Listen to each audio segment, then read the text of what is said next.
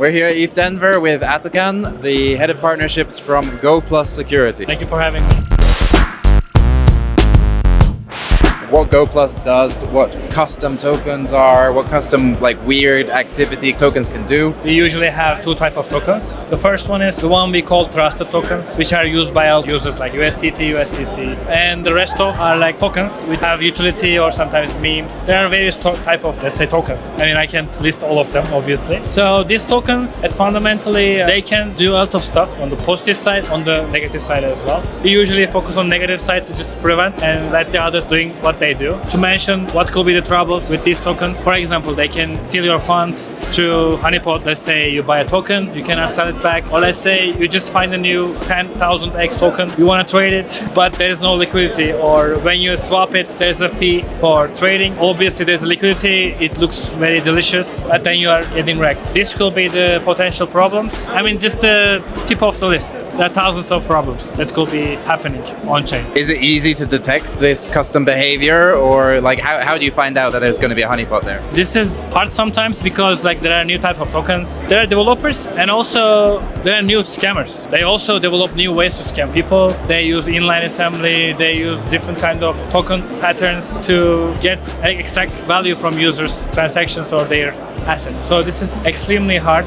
But what we do is first of all, we try to understand how these tokens are developed, like what is the development life cycle, and also what is the user life cycle. How are these developed and how are these getting used by users. So when you understand these two parts, it will be easier to detect this and to give you some idea. We usually we check based on the user demand, we check on-chain and the transaction data and also token code itself, like source code or bytecode, and we check this bytecode and source code. And on the meantime, we have third-party data providers, which are indexers and also some data websites providing us holders information, LP information. We also do some sort of calculations and also do some simulation on this stuff as well, and then we decide it has this function and this could be problem. If it's gonna be too big problem, we label it red, and if it's gonna be okay-ish, it could maybe for some tokens minting is okay, but also minting could be used against you. So for this kind of stuff, we say okay, just keep that in mind. Matcha has actually just integrated GoPlus to create a security score for every token that we have. Can you tell us a bit about not just what it brings to Matcha, but how different integrators are using GoPlus and what they benefit from? Sure, I think first of all, it's amazing to have our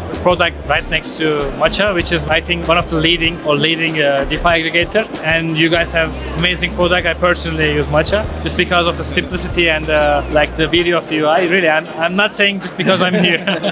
You can ask my friends. I think the missing part was for me security, because I'm more sensitive to this, and right now you have it. For the users, I think this is a big improvement because most of these DeFi aggregators, they don't have security features. If you want to trade tokens and if you have some sort of understanding of security or some sense of risk, you always check.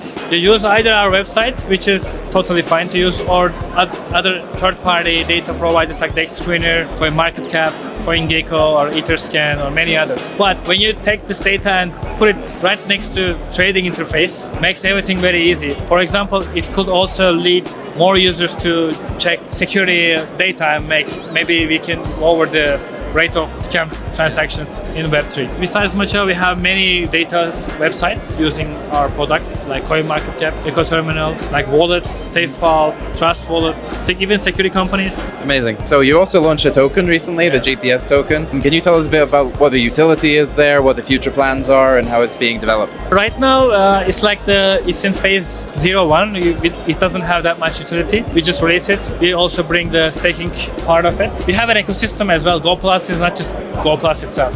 GoPlus is also providing data to many security services, and these services building on top of our service. For example, they can build firewalls, they can build token lists, stuff like that. In the next phase, we want to empower our ecosystem with this token. We want to support developers and other projects with our token. And also, next utility could be also charging GoPlus intelligence service like users, like institutions, like exchanges, central exchanges are using it, and different kind of people, and they can buy it through GPS, or for example they can get some sort of discount with GPS, stuff like that. And the third one could be we have products, and with these products the holder of these tokens or like payers, like someone who pays with these tokens, could also benefit from different features, and also we want to bring new features to our extension to help people getting more like safer on-chain experience in terms of security, and also maybe some other surprises. Can you tell me a bit about like how GoPlus exists in this world of 10 to 20,000 tokens being created every day? What are the challenges there, and how do you keep on top of like new tokens and everything? Like all of the systems that we build is user driven. First, like this is the entry point of this tokens to our engine. If there's no demand means if there's no one like looking at the data of this token, so that means it's not important. First of all, someone needs to check this token on our end, and then the challenges start that we manage to solve this. The challenges are usually we have an engine. We should keep looking on chain for problems like new type of scams and also new type of patterns like on chain. And then also we have third-party data providers. Sometimes we need their data. Yeah. We could have some problems with that. I mean, this is very normal, you know. Like even a very big cybersecurity company last year had a huge problem, and then all of the air traffic was a problem, or like servers around the world was in trouble. So we also have this kind of stuff just because of indexers. But I mean, these are all solvable problems. And also we are open to feedbacks, and we don't say that our data is 100% true. I mean, I think no one can say that. It keeps changing, right? Like it keeps changing, and sometimes we also have false positive. We have a system covers all of these problems or potential problems. For example, for false positives, we have technical support team. For indexers, we have alternatives.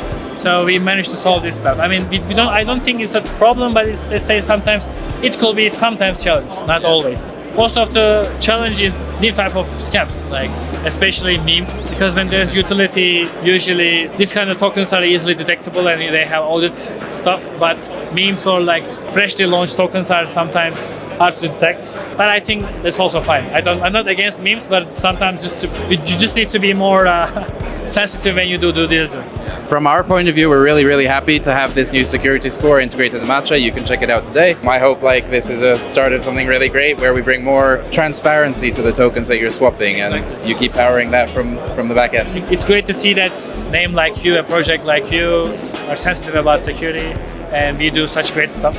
And I think it will be example for others, and also it will be used by more people every day. So thank you very much for joining us, and until next time.